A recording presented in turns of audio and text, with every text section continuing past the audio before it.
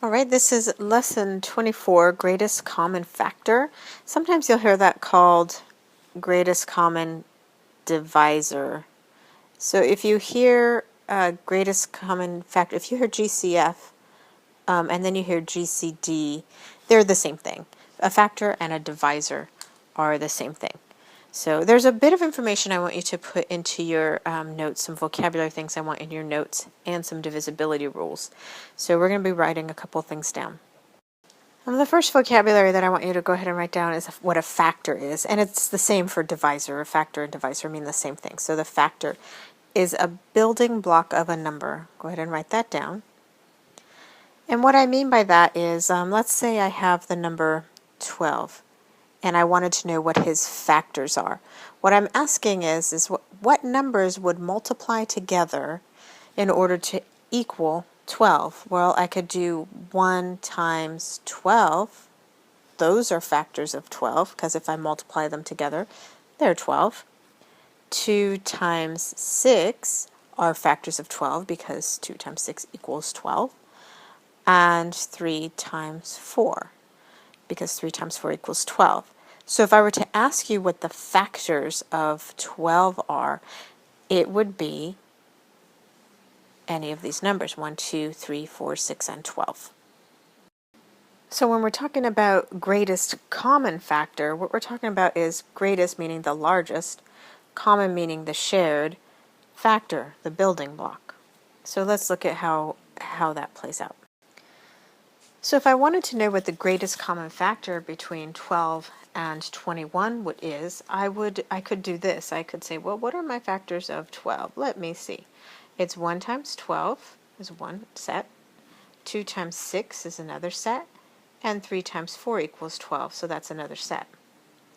How about 21? What are my factors of 21? Well, 1 times 21. 2 times nothing gives me 21. I wouldn't get 21 with a 2. 3 times 7. And that's about it. Those are the only factors that are going to give me 21. So those are factors of 12, and these are factors of 21. So what are the greatest, or what is the common factors, the ones that they share? Well, they share the 1, and they do not share a 2. They share a 3. They do not share a 4. They do not share a 6. They do not share a 7. They do not share a 12, and they do not share a 21. So the only ones that they share are the 1, every number shares that as a common factor, and the 3. Of those two common factors, which one is the greatest, the largest? Well, the 3 is the greatest, or the largest, common shared factor. So greatest common factor is the largest building block that the two numbers share. So the GCF, or the greatest common factor of 12 and 21, would be 3. That's the largest one. Between 1 and 3, 3 is larger. So let's look at it again. GCF, the greatest common factor of 24 and 32.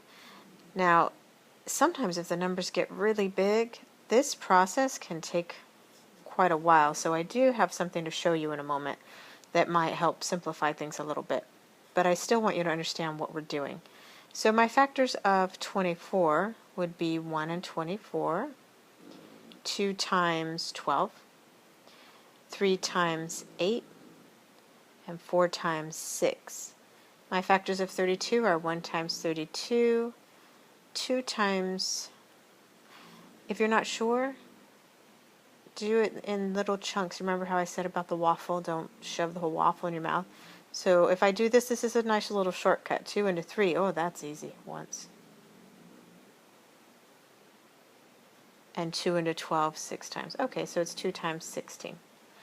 3 won't fit into 32 evenly. 4 times 8. Knowing my math facts helps me with this. That's about it. Those are the factors for 32. And so I'm looking for the ones that are common now between 24 and 32. So my common ones, 1, yes, those are common. 2, common. 3 is not. 4 is common. 6 is not. 8 is common. 12 is not, 16 is not, 24 is not, and 32 is not. Of my common factors, which one is the greatest? Well, the 8 is the greatest. So the greatest common factor between 24 and 32 is 8. It's the largest factor that they share. Greatest common factor has a lot to do with divisors because technically factors are divisors. This number divides evenly into 24. This number divides evenly into 24. This number divides evenly into 24. This number divides evenly into 24. So if I took the same divisors out of both numbers at exactly the same time, it's going to knock me down to what their greatest common factor is. So what you can do is divide numbers into both of them. And I'm going to use what I call the ladder. It's my magic ladder. I'm going to use this.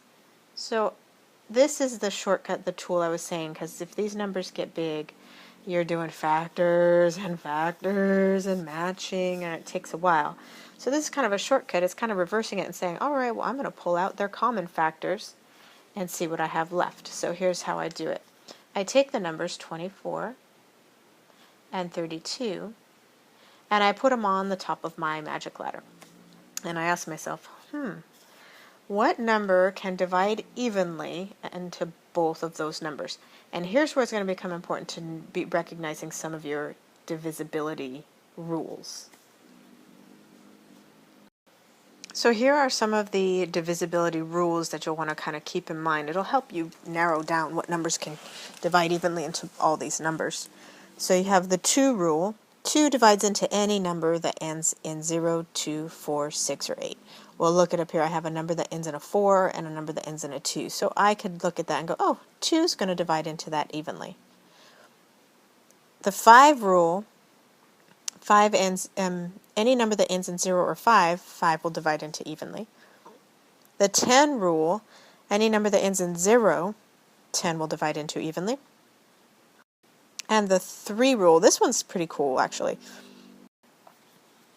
If the sum of the digits is a multiple of 3, then 3 will divide into that number evenly. So here's an example of that one.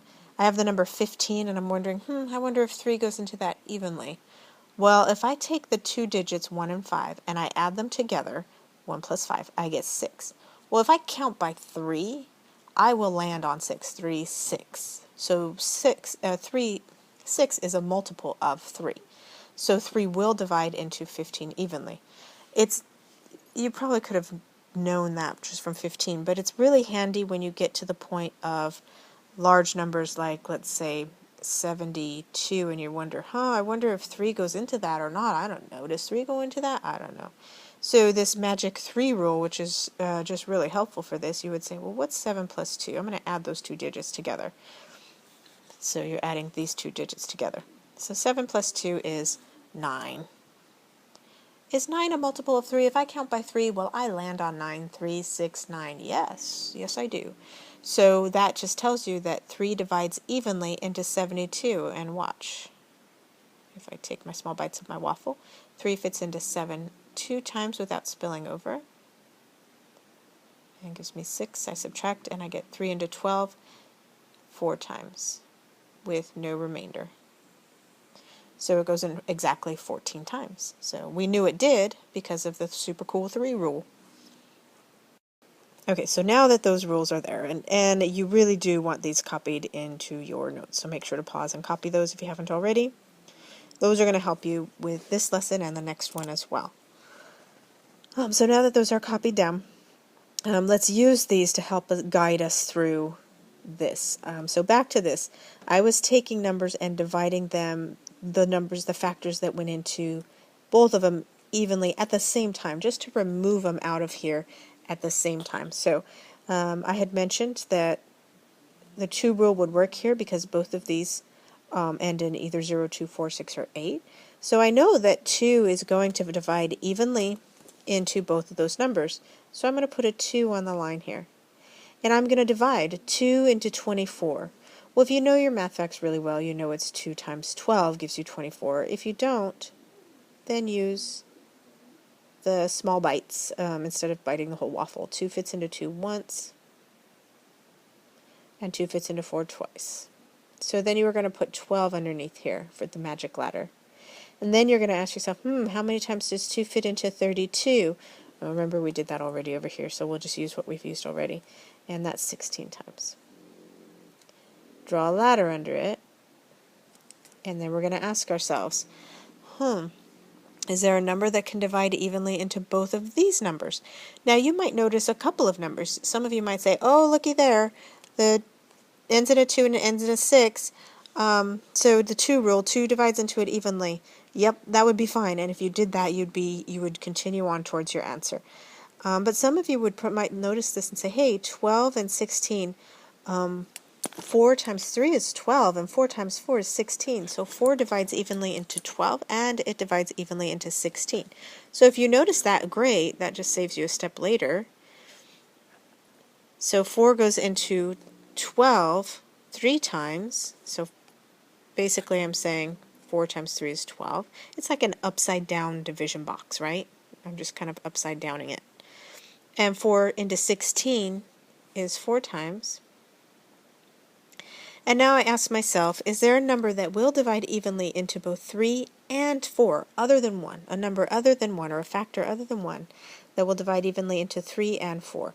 And there's not. 3 is prime, and 3 times something doesn't give me 4, so I'm stuck. As soon as you're stuck, stop and look at your numbers on the side. I have a 2 and a 4. Well, if I multiply 2 times 4, it tells me what the GCF is. Remember, it was 8. So this, especially when you get with bigger numbers, is a faster way other than listing all of the factors of both of the numbers or all of the numbers. Sometimes there's 3 or 4 numbers there.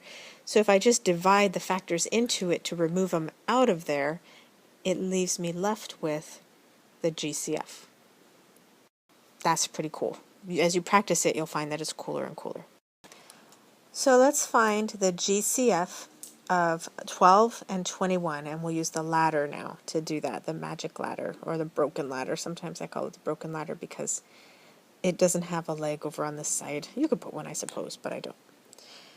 And I put the 2 numbers I'm trying to find the GCF for on the line, 12 and 21, on the top rung of the ladder. And I ask myself, is there a number that goes into both 12 and 21? I'm going to use my rules of divisibility. The 2 rule said, does the number end in 0, 2, 4, 6, or 8? Yep. Oh, no. Okay.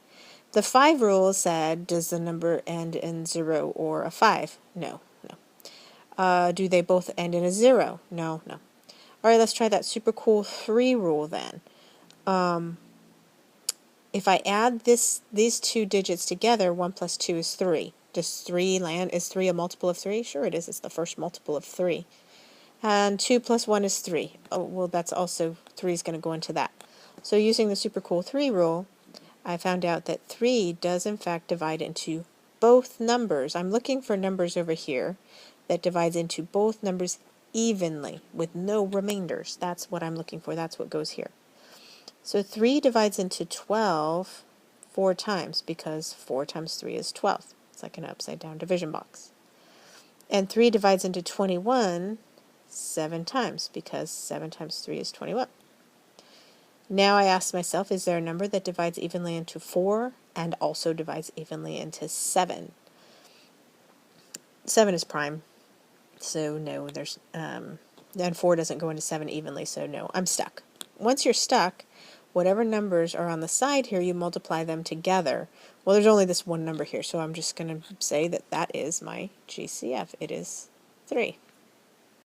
All right, so let's do what we do, and you're going to put this into your notes because it's helpful to have it in your notes in case you need to refer back to it while you're doing your homework, or you need to refer back to it when you're taking your test to refresh your memory and dust off cobwebs.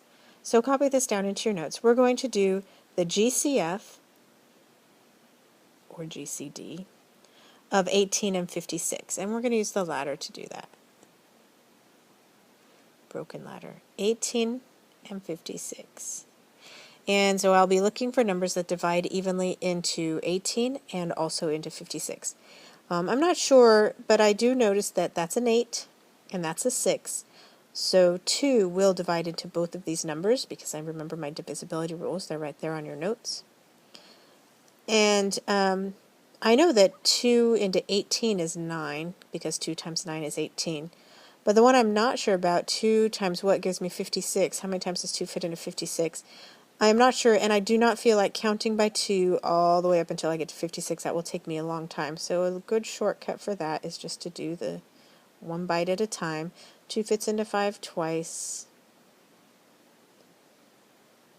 and 2 fits into 16 8 times. Look how fast that was.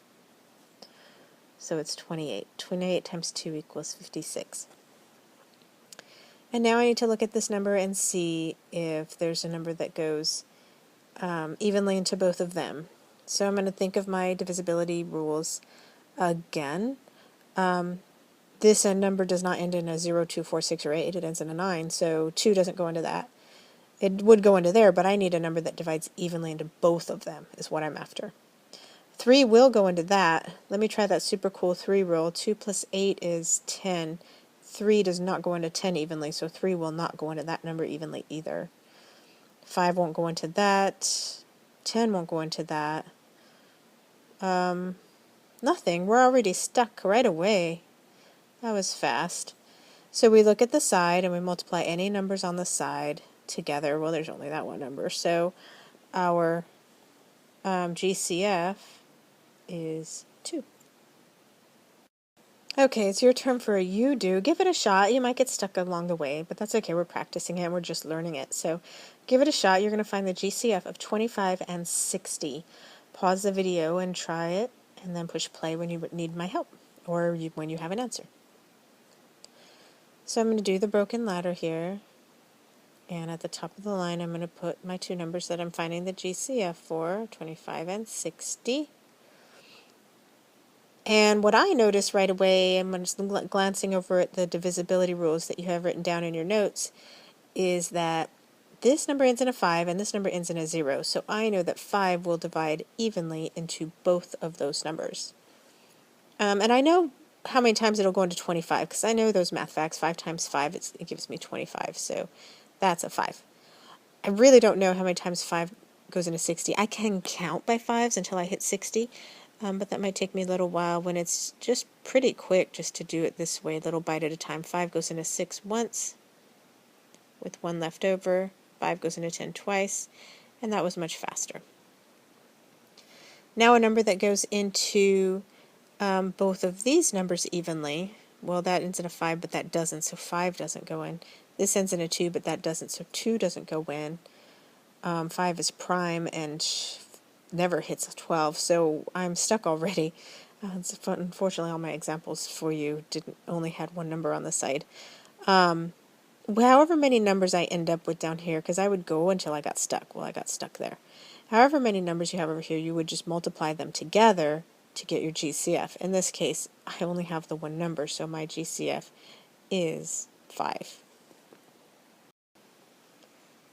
If everything made sense to you and you think you're ready for the closure questions, then go ahead and get the closure questions and show those to me when you're done. If you're still unsure, you can try rewinding and listening to parts of the video again to see if that clarifies things. And if that doesn't clarify things, you can come ask me some questions about it to see if I can help you clarify it in class.